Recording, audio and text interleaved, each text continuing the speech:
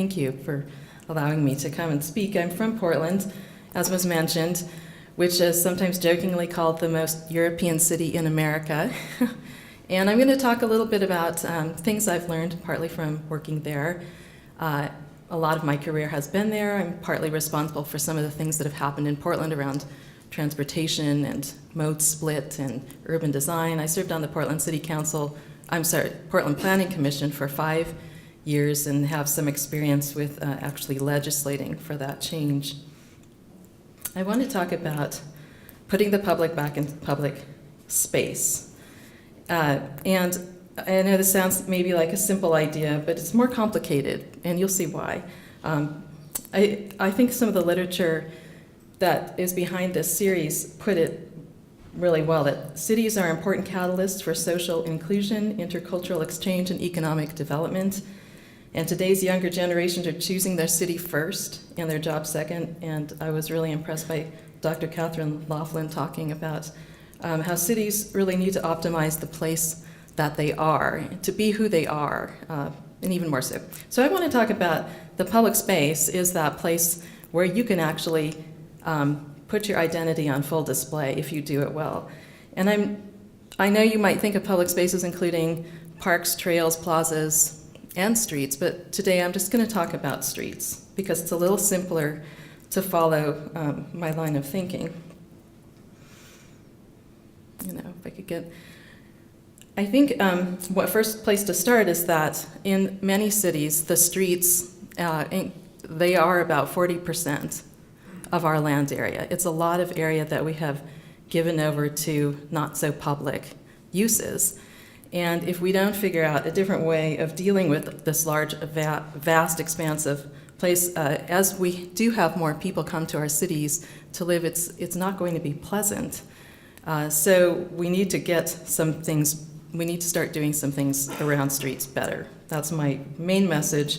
I think we have an emergency, but I also think it's a huge missed opportunity. That's 40% of the land. Now, who is responsible for the design? In most cases, these days, we've relegated that responsibility to others, to specialists, and others outside of those you might think who would be involved, urban designers, city planners.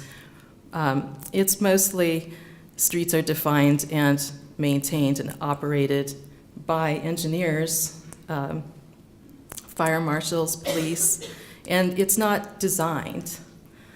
So I want to talk about 5 specific ways of rethinking the street space in order to put the public back in public space. Streets as public space, first of all. That's actually a sort of radical idea, but you'll see why it shouldn't be in a moment. Streets and buildings working together, street network legibility, bringing nature in, and choices, abundance, and freedom. And it's really a pleasure to follow Ken because he already he already made the case for many of these things, so I get to just talk about some of the nice design ideas. Streets as public space is a radical idea, I think, because we have really only for a few generations, though, when you think about it, we've relegated this space to cars. And I want you to think about streets as being not primarily for transportation and not primarily for the transportation of cars, but as having much greater civic roles to fill. Those have more to do with economic development, community identity, and even social functions in the street. Now, my evolution on this paradigm shift has actually been taking place over a decade, but I got a real dramatic kick over the summer when I read this book by Peter Norton, which some of you might have heard of, called Fighting Traffic. And it's about 1 decade in American history from 1920 to 30 when autos were in the process of taking over streets, but they hadn't yet done that. And there was a struggle because there were things like pedestrians at large and children at play that were in the street instead. And this was a problem, and there were a large number of serious injuries and fatalities. So the Automobile Association lobbyists, who were newly formed at that time, lobbied for a change in the way that streets were thought about. And they campaigned to create the term jaywalking and the felony jaywalking, and people who were in the street, pedestrians, people who weren't in cars were classified as jaywalkers. And what he describes is this period represents a social reconstruction of the way that we think about streets.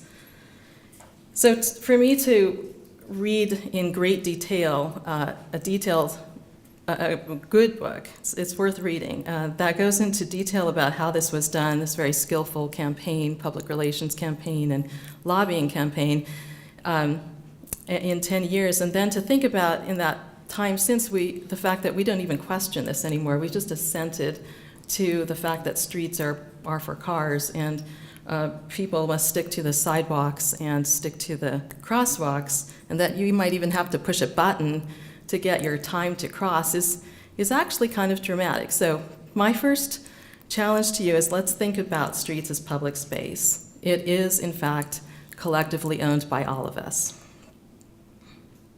And I think, in fact, what we need to do is start a period of social reconstruction. So I chair a group called the Congress for the New Urbanism, Project for Transportation Reform, and this year we wrote a book I'm going to, from this point forward, called the Little Blue Book, and I have some copies of it, which I brought with me. It's the beginning, I think, of attempting to start that social reconstruction. And the way that we think about this, what the book goes through, it's 7 principles and 6 key characteristics about streets or street networks. First, thinking about the street as public space, that we all own it collectively, that we ought to be able to collectively define what its uses are. Then we can start to think of streets as public realm, with all of the grandeur and civic responsibility that term connotes. And then finally, we could actually start to think of streets as places. And this is where I, as an architect, get really excited, because I think this is something that designers aren't applying their best thinking to, is the space between the buildings, the streets. So one of the things this helps us do is achieve a more democratic allocation of the street space. So we begin to think about sidewalks as not just that thin blue line separating the pavement of the parking lot from the pavement of the street, and instead having its own zones that are just as necessary as the zones within the roadway that cars need. One way that I've been successful at getting this reallocation done is through what we call road diets. And I'm not sure what the term in Canada is, but the simplest definition of a road diet is you take, these are actually 2 pictures, 2 specific streets in a city that I'm working in. And on the left is the before and on the right is the after. And above is one project and below is another project. The most simple definition of a road diet is where a 4-lane, 2-way street, like is shown on the left, is repainted so that there are 3 lanes instead, a center turn lane, and what would have been in that 4th lane is then reallocated to bicyclists often, but it can also be for extra sidewalk, it could also be for on-street parking.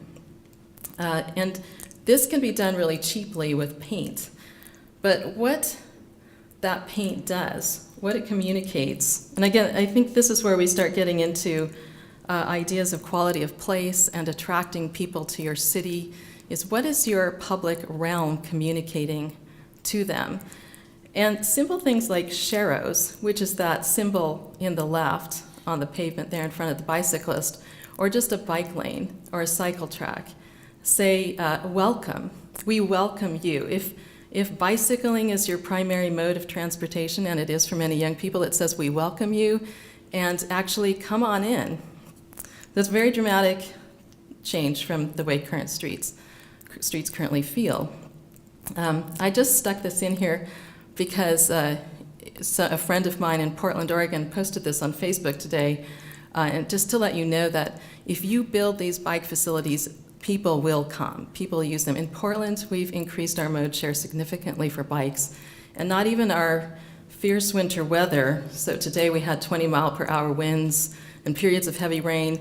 That didn't stop the commuters from riding in on one of the more popular bridges across the Willamette River called the Hawthorne Bridge, which has a very wide, bikeable sidewalk. He says he came in as part of a group of 18 bicycle commuters, and it didn't deter the usual group. The second idea is that streets and buildings can work together to define the public realm. Now, this is where you have to kind of think like an architect. I started out my career thinking about the gray spaces in the upper left drawing, and then I realized that people weren't thinking enough about the space in between.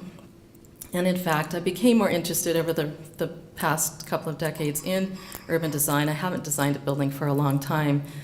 And I think more these days about things like, say that sequence 1, 2, 3 below, that shows how the buildings and, this was for a project that had 3 distinct zones where the buildings and the streets created different relationships, in fact, in a way, different rooms. And we actually made something about that in our plan for that place. I also think about the drawing on the right that shows the way that the buildings within the private realm of the public, or the buildings, can contribute to the street space. And so I'm actually thinking about streets as rooms, which may be a little esoteric, but they can be beautiful. I think it elevates the way that we should be thinking about streets to a much more designed approach. And beautiful streets are difficult to achieve, like the one that I've shown here in a project I worked on in Eugene, Oregon. Of course, this is another visual simulation. I have not actually achieved a beautiful street or a street as a room in any of my projects yet. I have unexecuted projects, but I do know that they can exist because I've seen them in other countries around the world. But I think that the first way to get there is to rethink the way that regulations apply to streets and buildings. This form-based code approach that you may have heard of is one way, that if you are regulating in concert the regulations for streets and the regulations for buildings, you're going to get closer to the multidisciplinary collaboration that Ken talked about that's necessary. So here's some pages from the land use bylaw and form-based code from the regional municipality of Wood Buffalo that I helped to author. In it, believe it or not, we have street types and frontage types or building types are both in the bylaw. And this has forced a collaboration between the engineers and the land use planners. So every time the engineers undertake some change to the street, they need to engage with the land use planners and vice versa. And it hasn't been easy, but it's been the start, I think, of a major shift in the way that city is going to be designed.